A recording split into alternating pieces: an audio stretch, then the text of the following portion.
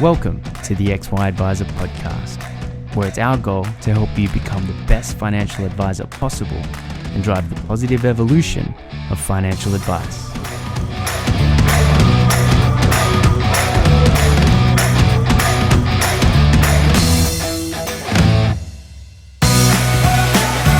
Hub24 is an ASX-listed company with over $15 billion funds under management and one of the fastest growing platforms in the market. Neither a bank nor part of a bank, Hub24 focuses entirely on connecting advisors to a broad range of investment solutions for their clients. Discover why other advisors think Hub24 are the best in the market and access the benefits of choice and efficiency for you and your clients with their market-leading managed portfolio solution. To find out more, visit hub24.com.au. G'day, how's it going? What do you know? Strike a like, Clayton here from XY Advisor.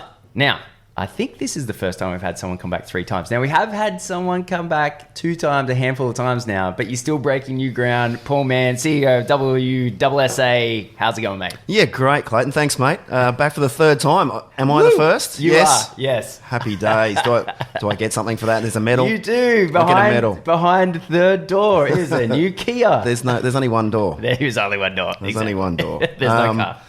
Fantastic to be back here talking to you, mate, and the XY crew.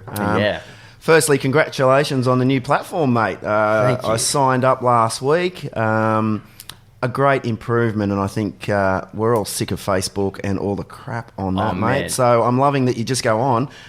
And you don't have to worry about anything else. There's no ads. There's no... Well, the ads aren't coming, are they? Well, there's definitely... Well, ultimately, XY, the business model is advertising, but we'll have to do it respectfully. No, look, congratulations to you guys. That's a great step forward. And, Thanks, big supporter, as you know. And, look... Onwards and upwards, mate. Because we need some bright lights in this world right now. 100%. No, you're exactly right, and it reminds me, as you mentioned that, it reminds me of many years ago when we originally met through the AFA mentoring program.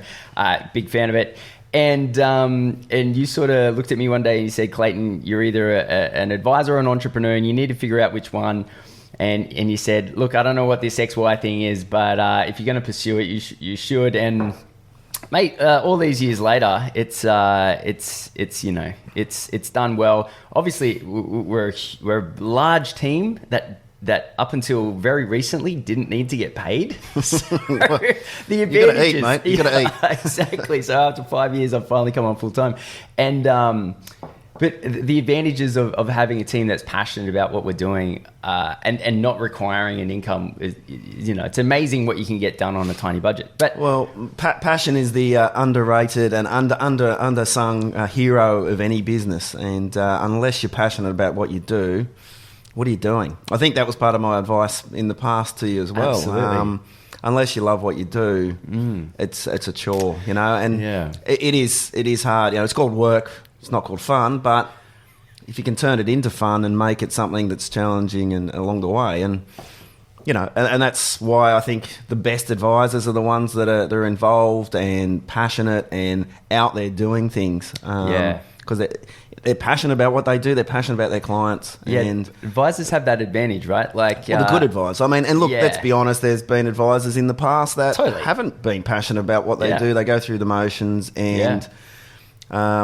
And look, there's a multitude of things that have gone in the past that have got us to where we are now. Exactly. And if you're not passionate, then go and do something else, please. 100%. Because we need passionate, good people in this industry. Absolutely. And I get the privilege of interviewing a lot of them, and truly, they're like. A lot of people are very passionate about financial advice. In fact, I still am, even though I'm not an advisor anymore. Like, it's such a cool job description. But you get it. Yeah. Right, and that's the thing. Not everyone gets financial advice. Yeah. It's hard. It's a little bit hard to explain. Is it? Yeah, because you got. Should we have a go? Well, that'll be a challenge for us. Right. Can we explain what financial advice is? Okay, cool. Well, I've only been one for 20 years. This is going to test. Put me on the spot. So I think it is giving advice around financial matters. But, and that sounds very simple, but it's much more than, let's talk superannuation insurance, investments. It's anything to do with money. So every time you need to pull out your wallet, if an advisor hasn't played a role in the way that you think about it, giving you frameworks to easily understand and engage with your money, then they haven't done potentially what they could have done. So how about, so you're helping people achieve their life goals? Yes. From a financial point of view? Yes, yeah. And and guiding them how to put A to B, A plus B equals C. Yeah, well, money right? choices are life choices. That's it, yes. Money choices are life choices, and life choices are money choices, and they both go together. And so I feel like if you definitely, the goal is to help people with their money decisions, but it just has such a... which is why when I wrote that book a few years ago, Fund Your Ideal Lifestyle, although it's a little bit ambitious, and I'm not entirely... Like, it was a little bit hubris, I think, the title, but it sort of did... No, Clayton, don't. I've read wasn't there another book named that one as well? Exactly, yeah, Ben Nash. Good one, Ben. Mate, so there's a lot going on, obviously, in financial advice, and you tend to have a very good sort of macro view over a lot of it, and I really enjoy our conversations. Fascia's going on, but also you had your AGM yesterday, so I'd like to dip into both of those. Which one would you like to start at? Oh, well, they're all interconnected, really. The whole financial advice world. You know, last time, I can't remember the last one. It was about over a year ago. Yeah. Probably more. Yeah, actually. And at that time, we were thinking, when's this going to calm down? And it still hasn't, right? No, it's just gotten... So Fascia, I mean, look, it's really government and regulatory intervention in an industry without any conversations with the industry. Yeah, it's weird. That's what's happening right now, right? We're being weird. Told what to do by ASIC, APRA, Fascia, who... I don't know, there was a great email from Dante DeGori out to the membership, the FPA, this week. Yeah. And he didn't miss them. And Phil Anderson, Phil Keoghan from the AFA also have been talking about this a lot after the dissolution of the bipartisan group that was getting together to actually be an industry code monitoring body run by the industry, you know. Yeah. Talk to people who actually know what they're talking about as opposed to other areas. And so the upshot was, is this board meant, Fascia, are they trying to rewrite the law? It seems that way. The code, and I've actually got a copy here because I printed it off the other day just to try and get my head around it, and some of it, oh my God. But it's actually created things well beyond what the law actually says. So it's actually in conflict. It's trying to reduce conflicts of interest, but it itself seems to be in conflict. So it does conflict with other laws and other regulations. And so there's a lot of issues. But as Dante said, I think to sort of paraphrase him, it was more about, are they trying to create a new university here? I mean, it was more about academic rigor than actually trying to establish a framework to bring advisors through. So remember, that's what this is. This is the future. It's bringing new advisors into our industry in a really solid pathway. Yes. To build that profession over time from a professional designation point of view, which everyone's a fan of. Oh well, absolutely. Yeah. And we've all tried to do that over the years, and created that in different ways ourselves, and it's changed. I mean, like I said, I've been an advisor for 20 years, and I've been through all manner of changes, and I just think that the major failing here is that no one is consulting with the industry at a meaningful level, and there's just so much muckraking and people throwing our industry bodies under the bus and saying, well, there's all those other associations coming out. And look, being the CEO of a very small association, I understand that. Sometimes you do get frustrated. However, the way I feel is the best way is to actually go and talk to these people. Go and talk to Phil Keoghan. Go and talk to Phil Anderson. Go and talk to Dante. I met with Dante a couple of weeks ago to talk about what we do and what they do and trying to fit it in. Yeah, and I think they cop a lot of flack. I think they've got an impossibly difficult job where they're trying to manage thousands of individual business models at the same time while trying to do what the government wants. And the more they fight the government, the less power they get. They're caught in the middle. Right? sucks, yeah. And I don't know if you've ever tried to get in front of a politician. No, never. Right. It's not easy. Actually, we're starting to. It's not easy, right? Oh, and yes. getting them to there's a few out there that are listening and they're actually on the bus, so to speak. In terms of just trying to rebuild advice, because Australians need advice. Every single 100%. person. I wear many hats, Clayton, as you know. Yes. And we can talk about those as we go. But every single body or product provider, industry super, retail super, insurance, you name it, you name it, every single one of them in every meeting I say says that their members, their clients, their whatever they call them, are better off in the long term once they have advice. Well, of course. Right? Every single one of them. Yeah. Whether it's Australian super, or so I'll go A to Z, Australian super to Zupa, right? A to Z, nice. So, Australia's largest to probably one of Australia's smallest Yeah. super funds, and I've spoken to all the CEOs of everything in between. Yes. They all say, our clients, our members need advice. 100%. But not one of them is really facilitating that well. Yeah, I know. I feel like it's something that everyone is waiting on the industry to solve. And I live in... No, they're not. You don't reckon? Well, FASI is trying to solve it. Well, that's this what is I the mean. problem, No, right? no, The industry will solve it. We are solving it. But here's the thing. It just... I feel like they were, and then we just didn't nail it. And so that it got taken from our hands. Well, and to go back to the associations, they're caught in the middle because what happens is they build up relationships with government ministers, and they get advocates in there. So they've got, PR firms and consulting firms that help them, pitch to politicians in the right way. Yeah. However, those politicians don't listen all the time. And they've got different hats and they've got different trajectories as well and different ambitions. Like, there's people in positions right now who I'm sure that's not where they want to be. They want to go to higher office, their mandate when they come in, or their mantra is, I don't want to mess this up. So I'm probably just going to keep the status quo. Yeah, that's a whole thing that I don't understand. That whole, just trying to protect your ass and hold the fort before you get promoted elsewhere. You're a voted individual who, you're voted in. It's a very short lifespan. Politics is weird like that. It is, and you've got guys who've been there for 25 years who, have safe seats and all that sort of thing. But then there's smart people in there. I mean, these aren't, these are smart people and ambitious people and good people. However, their mandate is, I've just got to get to the next election. And I don't know, I was watching, Koshi and whatever this morning, and they were talking about water shortages, and Jeff Kennett was on there saying, for the last 50 years, no politician has really had a long-term view on water strategy in Australia, which is probably one of the biggest issues we face. It's so weird, hey?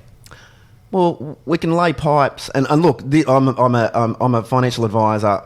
Talk to me about shares and I'll know everything. Talk to me about water. Look, I don't know, and this is a very simplistic view. So please, anyone out there, don't have a go at me here. But we can lay pipes for oil from one end of this country to the other. We can lay train tracks. We can lay gas piping from one end to the other. You've seen the infrastructure views of some of those major. I mean, Fortescue Metals. I mean, he basically built that out of nothing. Train track.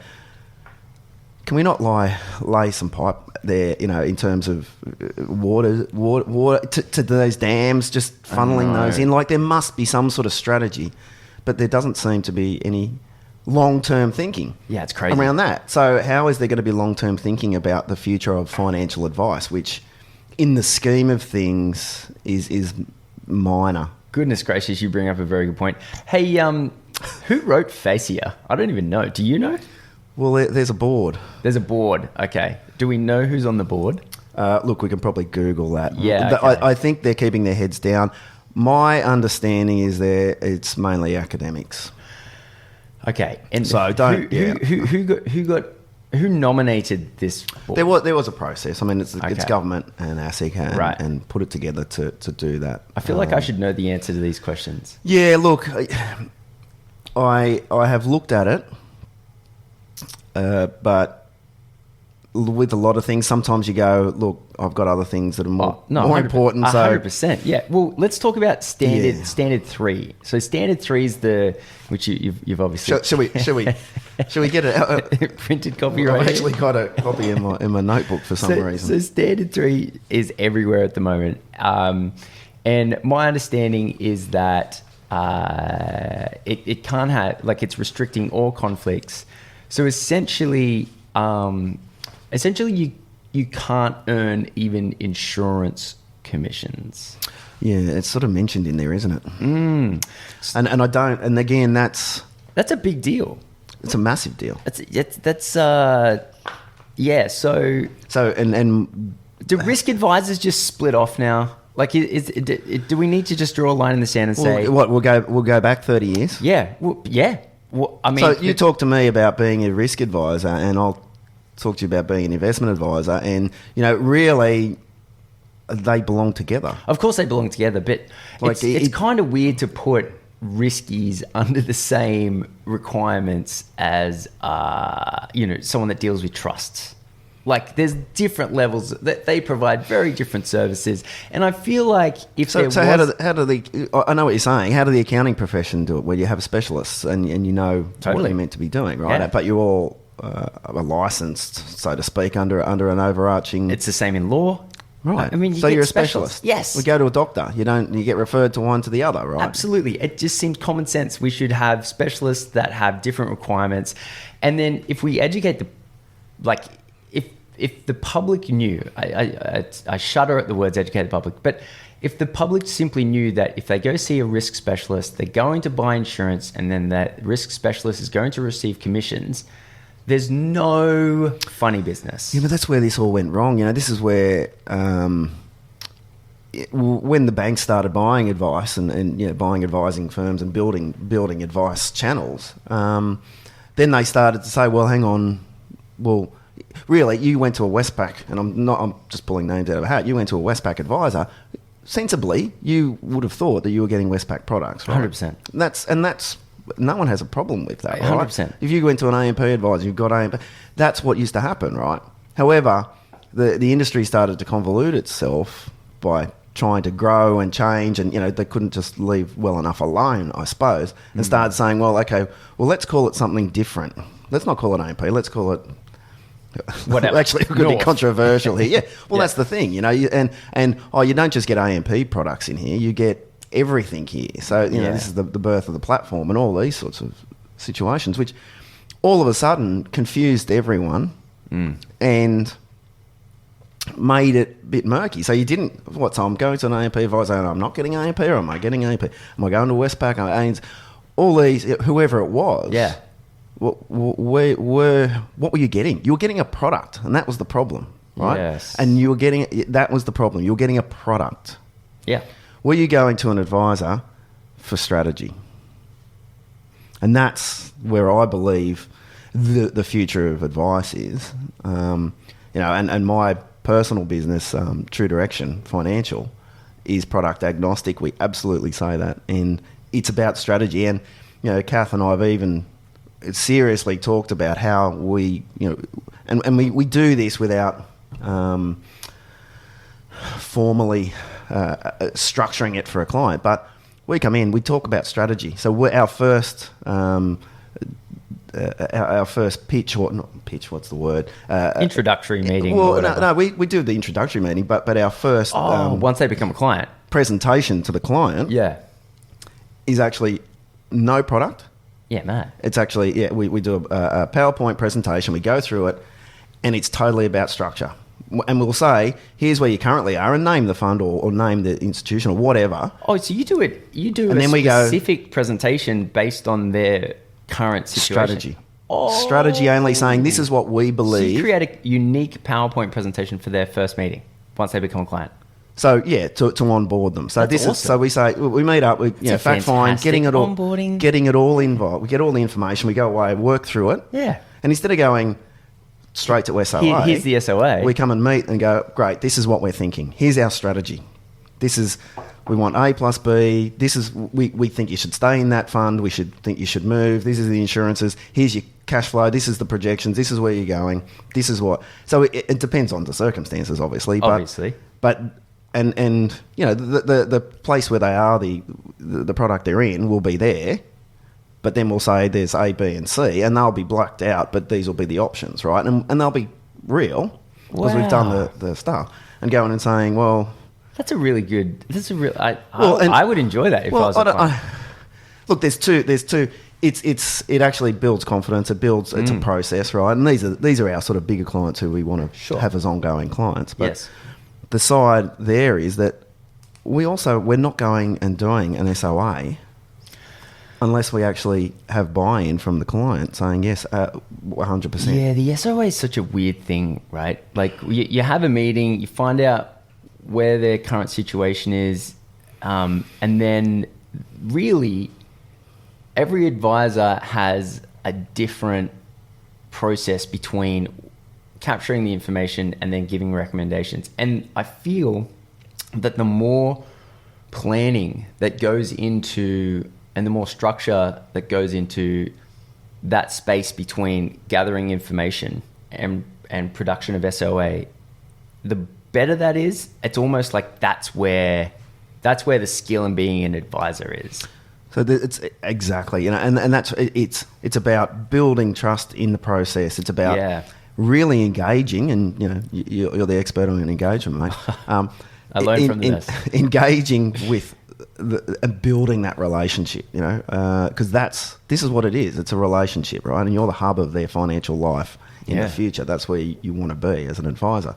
So if you can split strategy and product, it makes a lot of sense. 100%. This is our strategy. This is how you're going to be better off. So best interest duty, all these things are ticked off by this because I've proven to the client that they're better off in this. Or if they're not, we go, well, then, look, there's probably nothing we can do. Or you know what I mean? Yes. And along the way, you might not have got to the crux of their goals. Like, things drop out of that. They either go, oh, that's fantastic, or, oh, hang on, what about that? And you go, great, fantastic. How does that work? And where do you want to go there? Yes.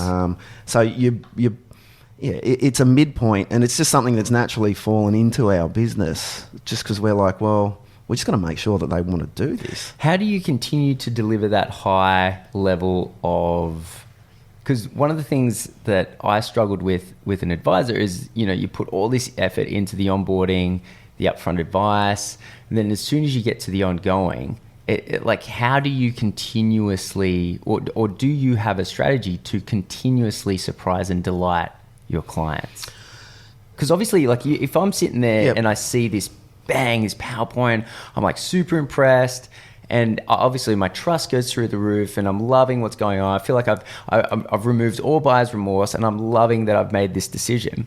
3 years in, do you have something for me? 3 years in, you would have got 12 snapshot reports from us. Right. You would have gone to 3 annual functions that we run. Yep. You would have had 3 annual reviews, minimum meetings that have to happen, that sitting in front of.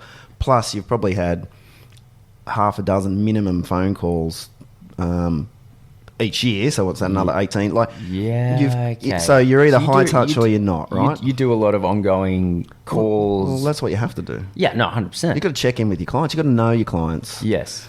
Know your products, know your clients. Like, they're the two lessons I learned 20 years ago, and I still believe. Know your client. Yeah. Know your client. And that's one of the big things that's come out of banking royal commissions and all this sort of stuff, is that too many people had clients they don't know, right? Know your client. Yeah. If they're a high touch, ongoing, and unfortunately this is where advice is going at the moment. Not as many people. I think Mr. Shipton actually said the other day that there's an advice gap forming. Funny that. Who would have thought? But you know, you've got more and more. You've got to, as an advisor and as an advice firm, you've got to pick the clients, not the other way around. Yeah, no, 100%. What's up with this? Going back like a decade and looking at fees that were charged and whether service was produced. Do have you followed any of this? I've seen snippets, people talking about it on the XY group and things like that. It's look, there is talk about that. And ASIC they're really trying to get someone. I don't understand it. The rules have changed. You can't go back.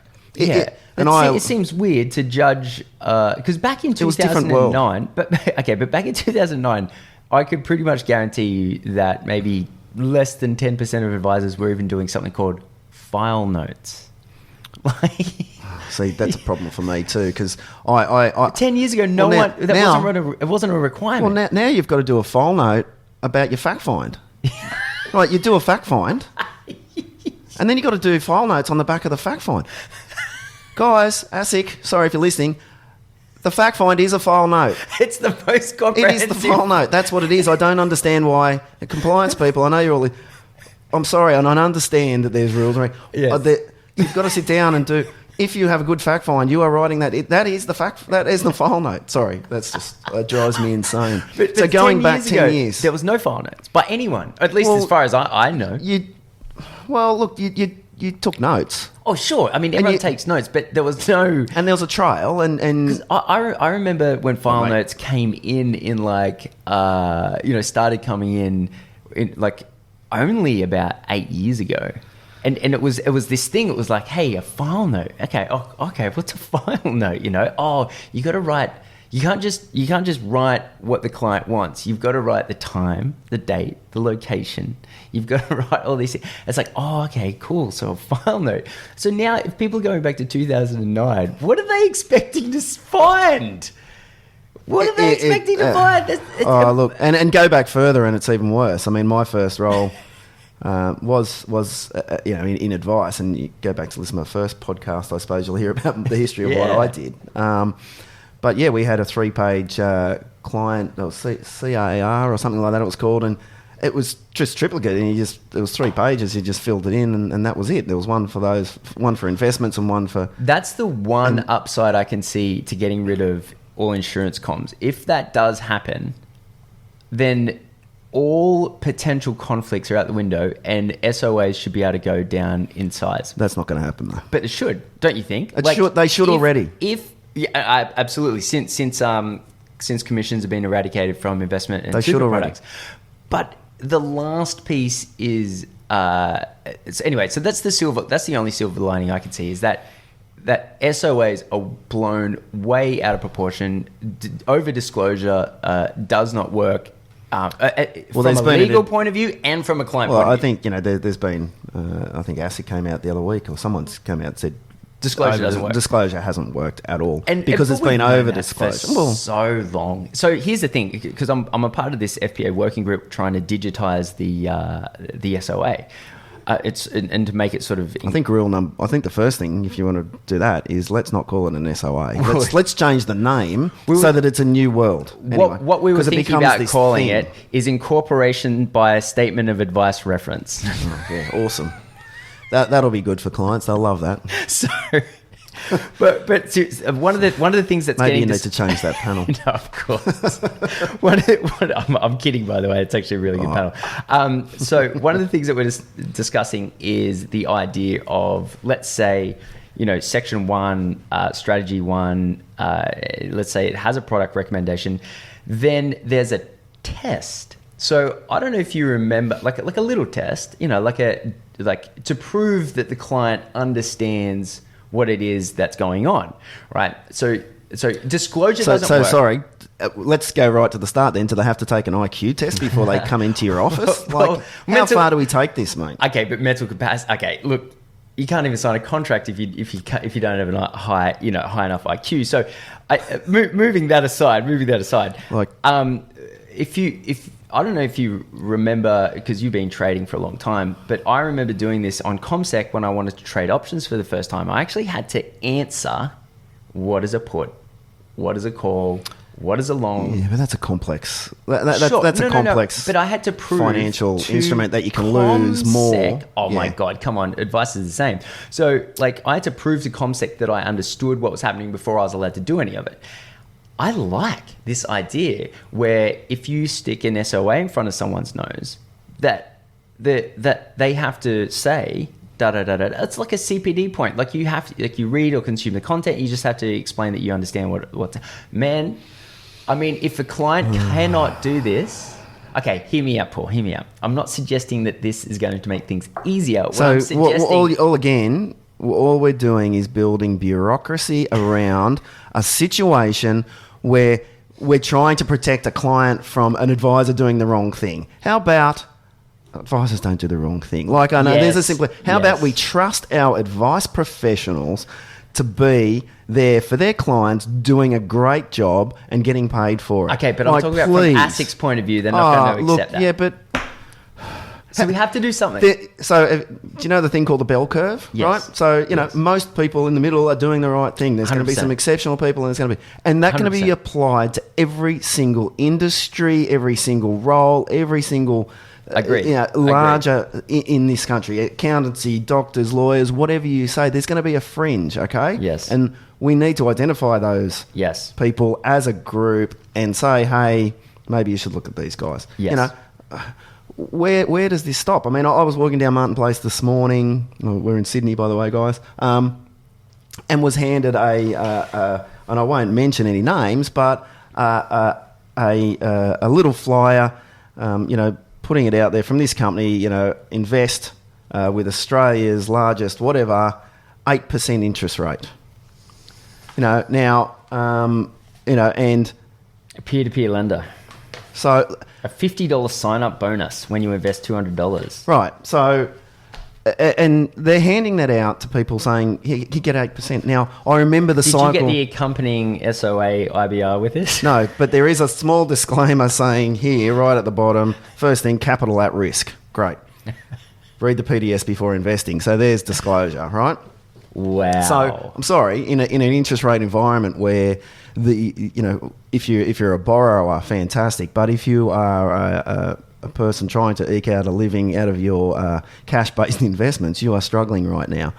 All of a sudden, this 8%. Oh, great! Now, I've seen these cycle before, okay, and I've seen these things blow up before too. Now, I'm not going to say that that's the case now, but my experience tells me don't believe it when it's not right. Peer-to-peer, if it's too good to be true, it usually is. Peer-to-peer lending is a new thing, right? So it's difficult to say that this is going to blow up because this hasn't existed before. Exactly. I'm not saying it's blown up, but we've seen... It's not bad. Like I've looked into peer-to-peer lending, I should say, before. It makes sense from an academic level. I don't know what the results have been. Yeah, but I mean, these things in the past, the higher let's be honest, the higher the return, the higher the risk on the underneath, right? Let's say it. So I used to tell my clients the higher the risk, the safer it was. Hence why you're not an advisor anymore. Is that right? Mate, what? I don't know. I'm just being silly. You are. In Portugal, or was it Denmark? I don't know. One of these places in Europe just recently produced a negative interest rate. Yep. And I was reading an article on that yesterday and how insane it is that people are going to get paid money to take out a loan.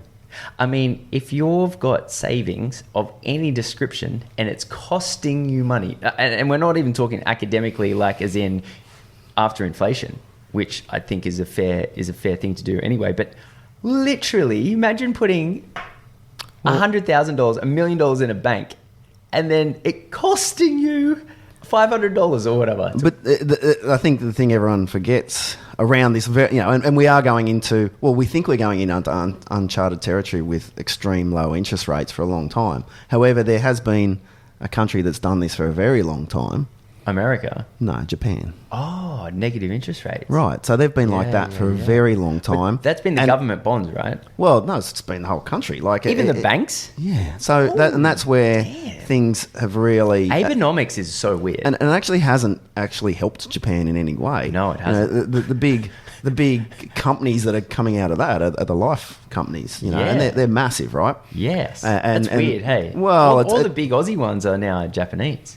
Well, because the Japanese life companies have been able to expand and grow their products and all that in a very low interest rate. So the cost of money and Integrity, they are smart. Just start an Aussie. Wait 3-4 years, get acquired. Thank you very much. I don't think that's their business plan. Let's start an insurance company right now.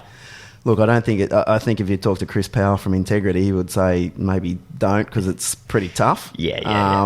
And but good on him though. Well, mate, they're coming out with some unique products. I was telling you about one earlier before we started, 5+, which is a group policy, which it's very interesting, very different, and that's what we need in that space. We need it in every space. And you mentioned that's a group policy, and you're big into the group, hence why you're the CEO of the WSSA. One thing that I've always found interesting about you, Paul, is like you do have that specialist sort of understanding of the group style of advice. Obviously, you're an individual advisor as well, and you handle your own clients, but you've got like this really big insight into group advice and that kind of stuff. We call it workplace. Workplace. Yeah, it's the old corporate super specialist, so, right? And now it's workplace super. It's workplace advice. You just had your AGM. Walk us through what's the big thing that's happening in workplace. Well, look, it's tough, mate. That space. If you talk about advisors who've been sent to the wall, so to speak, that is the sector that's been hurt the most. It's also the sector that did the most advice. Now, whether that was subsidised, cross-subsidised, and that's been a big challenge in this industry where someone's paying for someone else to receive something, Insurance.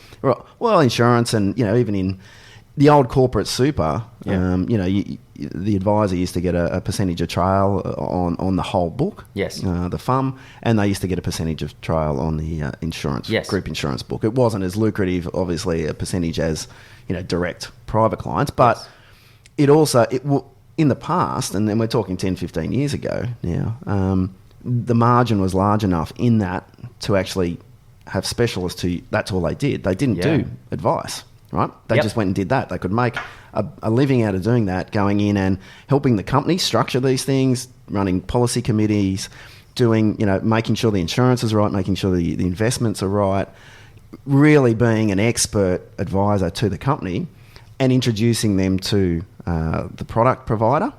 So they were the tie-in in the middle. Yes.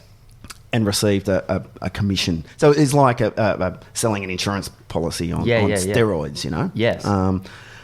Covering a lot of lives. And that group specialist piece is really tough because it's, there's a lot of variables depending on... But all the money's been stripped out of it now, right? Well, look, so trailing commissions on the insurance within group was taken out under FOFA. Yep. And then the percentage of FUM was grandfathered, and then it's also been changed and taken out now. And so now it's turned into a flat dollar fee per person that's paid by some institutions, not by many. Yeah, right. So it's paid by the employer, is it? Look, the new model, and it's sort of like advice, right? In the past, you'd go and see a private client, and the client wouldn't really have to pay anything, right? You'd get it all. You'd put a percentage of trail on their farm and insurance.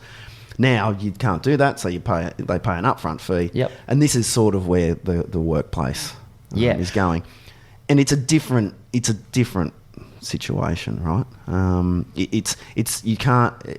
You can't just go in and look after the company now. You've got to look after the people. Yes. And be in there that way. So but there's specialist firms. So there was probably 500 firms in Australia. Wow. That's not many. Firms, not advisors. Okay. Firms right. in the past. So 10 years ago, there probably were 500 firms who received some sort of group payment. Okay, right. From the major product providers. We all know their names. And individual advisors or businesses, at least 500.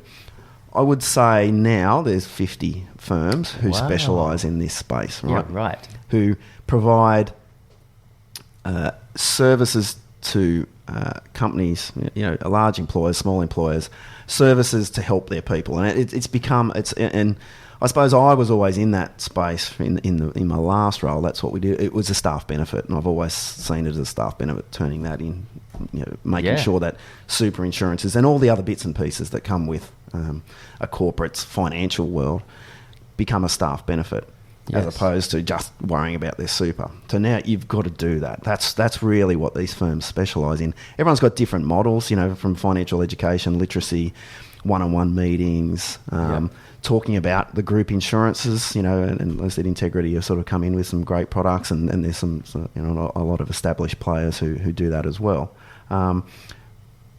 But making sure it is a staff benefit, because the benefits to a company are massive. The loss of productivity from your people being, if you're an employer, your people being in financial stress is huge, right?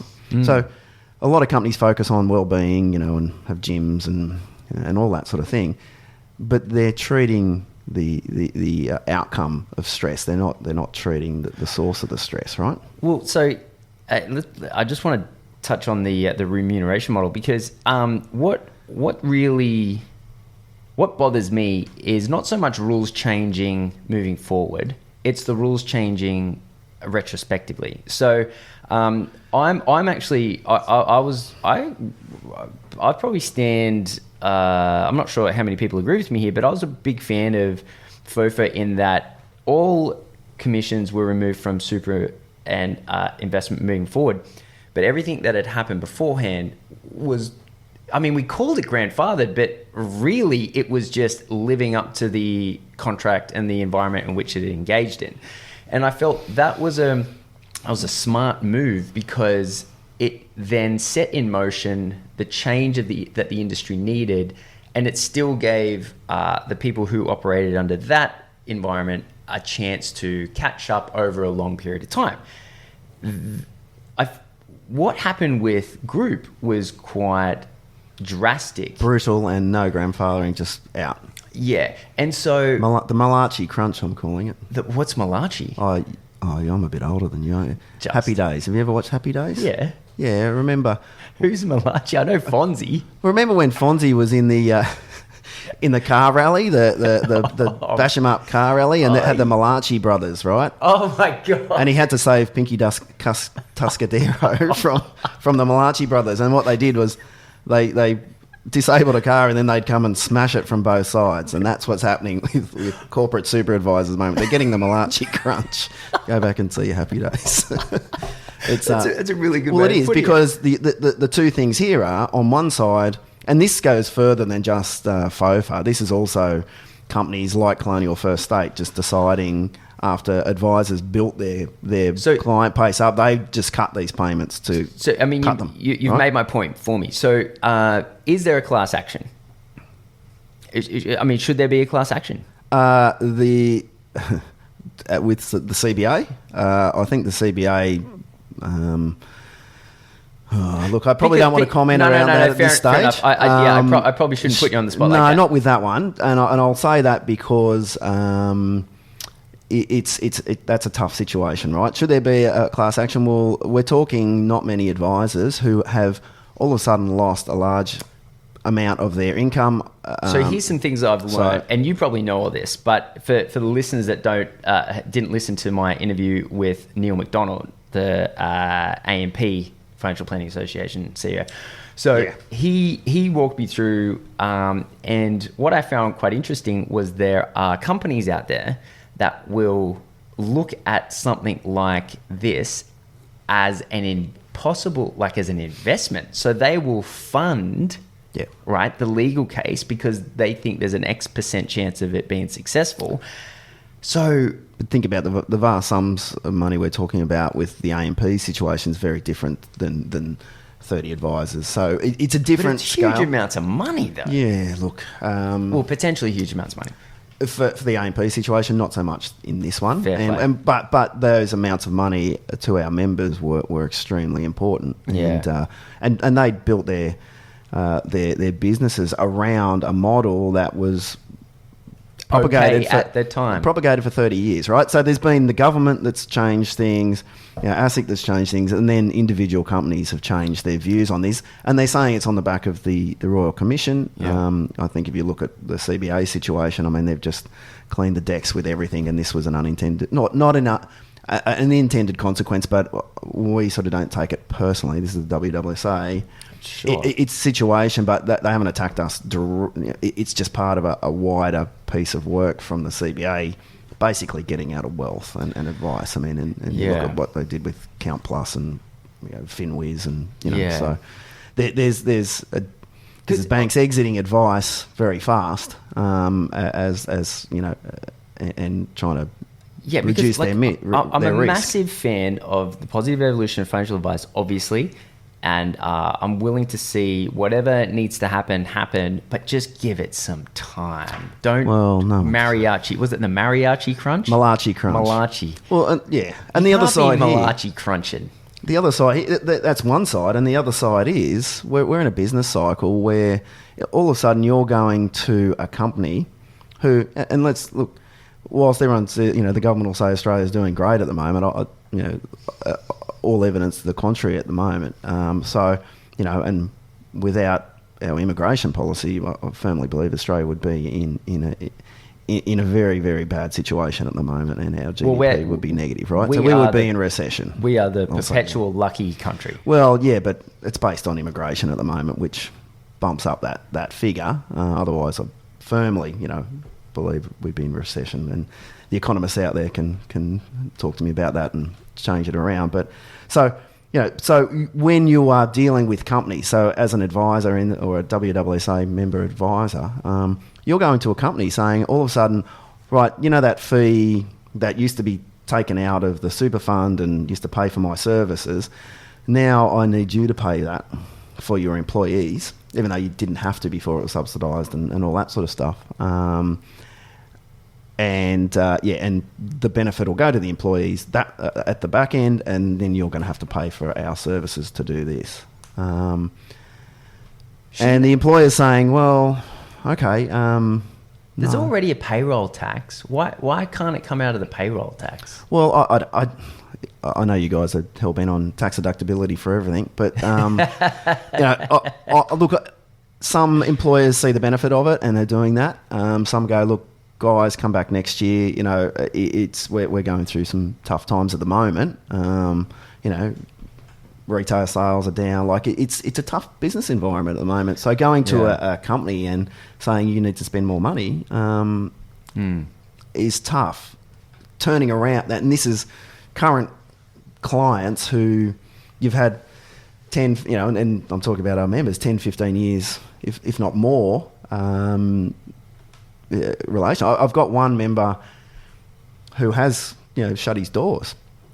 He had a relationship with a very, very large employer for 30 years, and they changed and he's had to go and say, I'm doing this, it's going to cost more. And they went, no, sorry, mate, we're out. 30-year relationship, very large employer, did some amazing work for a lot of people over years. And remember, this just isn't basic work. It's, what about when an employee goes on claim? What happens? Something happens within the workplace. Something happens to them. They need to claim on the insurance policy. Who does it? Not the HR person. They don't have the capabilities to do this. That's usually where it goes. The insurer says, "Yeah, send us the forms." We're the people that add the personal touch and take people through this process. And I can tell you so many stories of the good that I know I've done in the past, and so many of our members have, and they've put that policy in place for a certain reason. It happens, it makes a tough time much better, and you can't put a price on that. But that's what you get paid for, not just for saying, running a policy committee and saying, yeah, your default insurances or your default investments, right? I mean, it's a lot more than that, and taking people through that process. So I'm very passionate about it, but at the moment, our members are struggling and just trying to rebuild their business models beyond, their personal financial advice businesses as well. So we had our AGM yesterday. There's a lot of great stuff coming. We're trying to I feel like we've reached the bottom of the cycle, I suppose, in this space, and we're getting the advisors we have as members are the experts and are passionate about this industry. They want to stay in this sector. Yeah. And the beautiful thing there, I suppose, is the providers understand that as well, and they're starting to really come to us and saying, we need you to be strong when we're going to support you in that. Really? So yeah. So that's been good. So yeah, the likes of, and it's the AMPs and BT, IOOF, MLC, Integrity Life. They've been the ones that have stood by us. That's awesome to hear. In their corporate super areas, because they know they've got employers who need their help, right? And they might have a direct relationship with a BT or an AMP, but the advisor comes in and really, they're the subject matter experts from an advice point of view. And again, we go back to that earlier conversation. What is advice? Advice is not the product. The product's there. The advice is the strategy. Yes. Advice is the people. Advice is the heart of what you do. Adding that heart, not the mind. And speaking on that, so you started your financial planning business a couple of years ago now, as One Direction were as One Direction would stop using the name. Then you thought, actually, I'll take that. I look like those blokes. I'll just change. I'll pivot a little bit and call it True Direction. I haven't got dodgy swallow tats like Harry Styles, have I? Yes, exactly. nothing. I just don't understand those tats. Sorry. No. It's True Direction, mate, not One Direction. Let's get that right. And it's True Direction. And you know what? It was about Kath and I finding our true direction, to be honest. We've worked together for so long. I do actually like the About Us page on your website. It's very good. And that's what it is. It's about our true direction and about why we're in advice and that passion piece and helping people. And we all say this, I do it to help people. There's no better payoff for me than when you see someone get it. When you've put that strategy in place, when you're doing that middle meeting and they go, wow, great, yes, I want to do that. Yeah, it's the best. Thank you so much. How good are the outcomes? I was because I'm an outcomes driven person. I wasn't like the best at hand holding and communication with my clients, and I felt like I definitely could have improved on that. But like one thing that I always really focused on was making sure I knew exactly what they wanted and then we were going to hit it. And I was pretty good at that, and it was so good to bring clients in and be like, hey, you know how we wanted to do this, and this? We're done. Look, and that's one of them. It depends on your client, right? And you're very much like that, so you're going to want people like that. And I had a lot of people from finance, so they kind of operated in that, just tell me what to do, give me accountability, put the structure in place, and force it. And that was, I really enjoyed working with those people, and just the realization that they're like, oh wow, I understand my life and I understand where I'm going, and here's the things that I wanted to achieve, and here's the things that have been achieved. That was unlike any job ever. And I think so for me, that's the piece for me that when you see them feeling comfortable about their financial life, when you see them go, oh, great, okay, I'm being taken care of. And we've got different clients in different places. Some say, how have I done this year? And I know they're just talking about the return on their super fund. I'm like, it's such a small part of your overall life. But we'll say, well, I've got no control about that. You're in the right asset mix, and here's where it is. Yes. But for me, it's highlighting the other pieces. Well, remember when you came to me and you didn't know where you spent your money? Yeah. How's that going for you now? Oh, I'm in control. Yes. I think that's what we aim to give people. We want to put them in control of their own financial life. And that's just taking a few simple steps that they don't know how to do. We take them through that. Just like you, I'm so passionate about doing cash flows with clients. That's the crux of what we do. Unless you do that, you don't actually know. Yeah, 100%. It's crazy that it hasn't been standard for ages. But I guess it just gives you. It's because no product provider could make a commission from it. It's no product. There was no, besides a bank charging a $5 bloody fee on an account. There was no money to be made from a product, so it was never pushed to advisors. But advisors, there's so much value there to add. Well, beyond that, I mean, and you want to put why would you do it? Just from a compliance point of view. It proves everything, right? Yeah. Why are you putting them into an insurance policy? Well, how do you justify your basis of advice? Well, here it is. Yeah. That's why this is the crux. That's the building block of your life, your cash flow. It's just like any business. If you're an analyst coming in looking at a company saying, am I going to buy it or not? They go straight to the P&L. They go to the balance sheet. Yeah. That's the cash flow. What's going on here? Is this a viable business or not? Exactly the same with people's finances. Exactly the same. And every one of our ongoing clients, we know their cash flow. We've done that with them, and not in a way just so we know. It's a teaching. We teach them. We show them strategy, structure. That produces a better outcome than anything. You get the right, because we all know a lot of people don't really want to deal with their finances. No, they of course don't. not. Right, they don't. They want to outsource it. And you get a client and you go, why have you got this structure? And it's just sort of fallen, how it's fallen over the years. And they just don't change it because it's easier not to, or they don't know, they don't want to mess it up. Yes. So, but if you can go, okay, here's a better strategy, and then you don't have to worry about it. This is what's happened. You spend that money, the rest is going away for your longer term, blah, blah, blah. I mean, I'm preaching to the converted here, but putting that structure in place is imperative. And for me, when the clients come back in going, well, I know I don't have to worry because I know I've got the right structure. And if anything happens, they're on the phone because they know that that's part of the service. And whether it's a corporate or whether it's an individual, they call.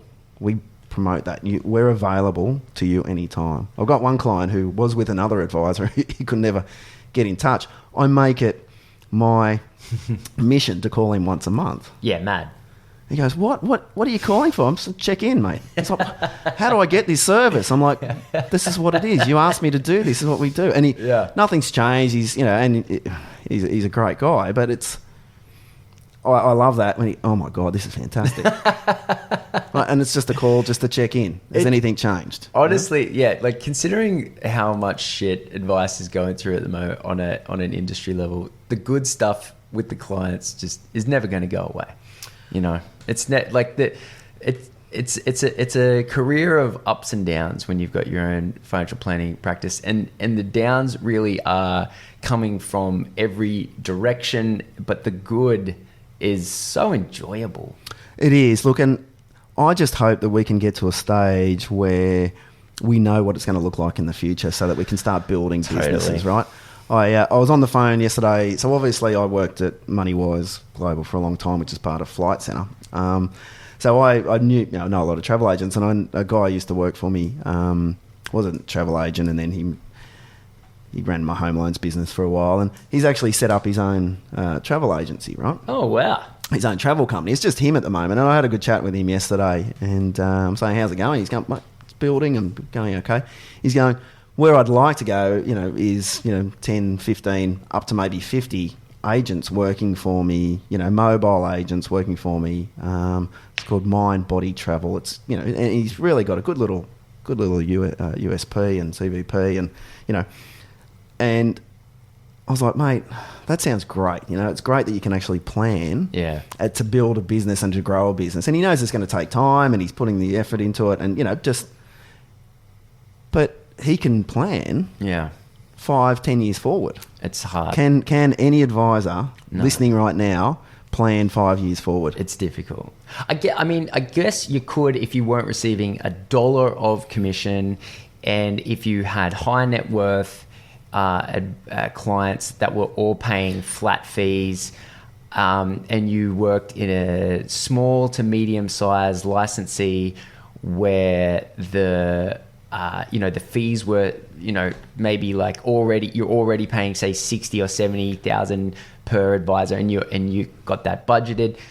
That's seriously, a very small amount of people. I don't think that exists. Well, maybe it does, but even then, the rules may change. What whether compliance is going higher or lower, like FASIA, like if that thing comes in from 1 January, really, we're all.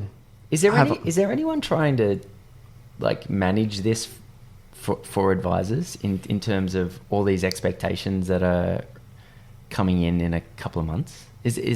So the government put a press release out so as I was saying earlier, the industry bodies were putting a code monitoring body together. They actually did a whole lot of work. What's even a code monitoring body? Well, so you've got the code of ethics. Yes. Then you actually have to have a body monitoring it to make sure. So the police around the rules, right? You got the rule book, and then you need the police for the rule book, right? Right. It seems really rushed. It is. Welcome to Phasia. Without any thought to the future or unintended consequences. Right. So the industry, like as I was saying earlier, put a lot of effort into actually coming in with a code monitoring body to say we'll police it. That's fine. And bipartisan, AFA, FPA, shareholders. So like there was I could tell you who they are, but the upshot was the government threw that out and said no. Mr. Hayne said that that should be a government body, so we're going to do that. Okay. But what we're going to say is we're going to start consulting on that. Now, remember, it's less than 50 days until this comes in, right, on 1 January in its current form. Wait a second. Don't tell me it's less than 50 days till the end of the year. No. November, December, that's 65. Close enough. It's close enough, yeah. 8 weeks till Christmas. Yeah, give or take. So there you go. Might be out a little bit. But so within that time frame, what they've said, they've gone, okay, well, the code's going to come in, so we're going to say it's going to launch 1 January, right? However, we're going to build a code monitoring body, probably maybe 2021, hopefully, maybe 2022. And what we're going to say is you really should follow this, but it's probably going to take 3 years to really implement it. Okay. Let's rubber hits the road. Are you allowed to receive insurance commissions as of 1st of January 2020? Don't ask me, mate. What are you asking me for? Who knows? But here's the thing. Yes, I look, and from 1 January, so you've got the LIF. Yeah, but which goes down to 60 and 60. 60% and 20. Yes. Yep. That's the government mandated step down. Yes, the hybrid. Yeah. So that's 1 January as well. So this is Phasia's saying. So it's LAF or is it Phasia? Well, that's the thing, mate. Who knows? Surely the product. What I will say is Phasia is a code. It's not law. Okay. Right. But are they? Can you get sued by this body? I don't know. I doubt any law in the land would uphold anything at the moment. Right. Because really, at the end of the day, what you need to... What a lawyer would say, I'm not a lawyer. What a lawyer would say, well, what's the law? And what's the proof in terms of... So, corporations law... Yep. And LIF is legislation, isn't it? I don't know. So, yeah, yes, it is. Okay. So that would supersede what this current body says. Right. However, 1 January, and this is the whole issue, right? There's been no consultation. We need some answers. With anyone. Who would I go to for answers? Who could give me, like, real, clear, solid answers? And I want to just ask them. No one.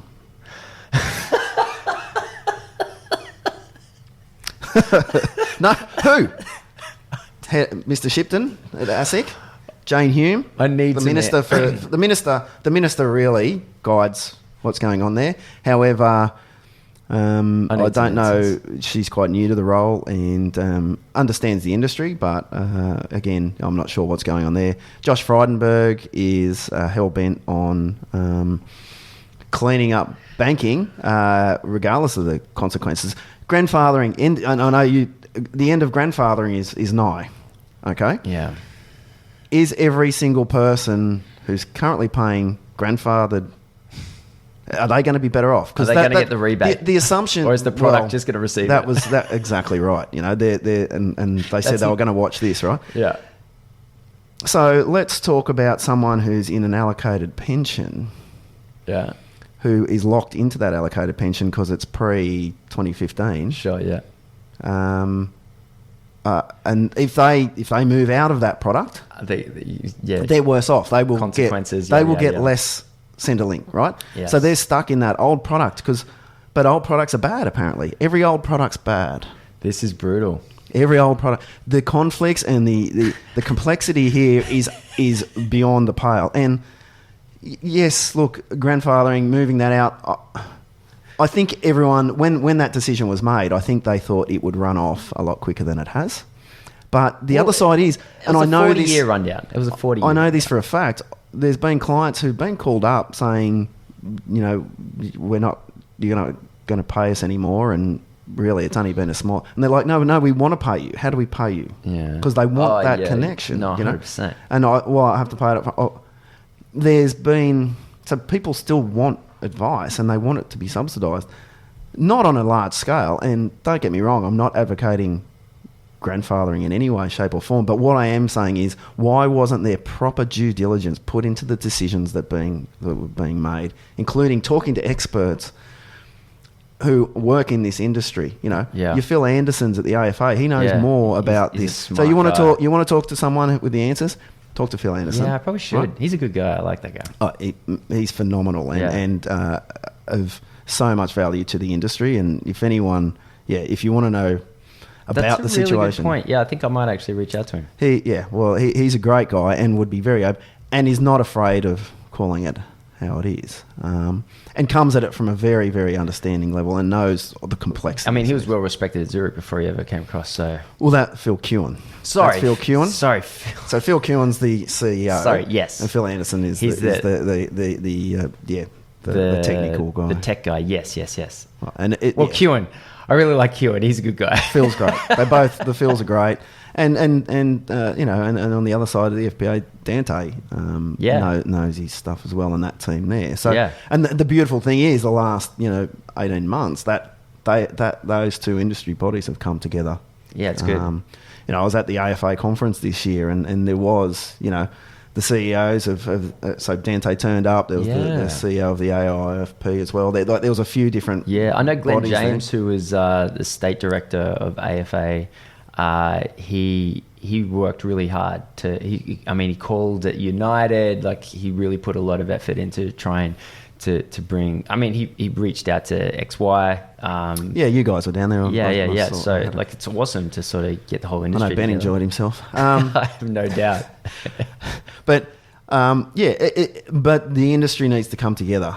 And I don't know if rubbishing the associations is the right way of doing it. I think it's a brutal tactic. Well, look, there's some USCA or something, I don't know, just coming out slamming. They're going, how dare Dante get paid $400,000 a year when he hasn't done this. It's like, well, he is trying. You know what I mean? Do you know how hard it is to engage with government agencies? Oh my God. Like, what do people expect? Like, there's nothing coming out of these government agents. They're trying to work out what they're trying to do as well. So I just don't think that, I don't think personal attacks work in any way, shape or form. I think the CEO of the WSSA, he needs to get absolutely roasted. You know that Paul Mann guy? Well, come at me, mate. Do your best. I'm just trying to do the best for our members and more people, mate. No, mate, look, I make a joke, but thanks so much for coming on, mate. That's all right. Hopefully that was helpful and a bit of It's always good chatting, mate. That's the best thing. Absolutely. And, mate, thanks for coming on first time. You were the first time second podcast, and now you're the first time third podcast. So, Paddy, I'm back, mate. Hope you're okay with that. That's hilarious. All right, mate. Cheers. Thanks, Clay.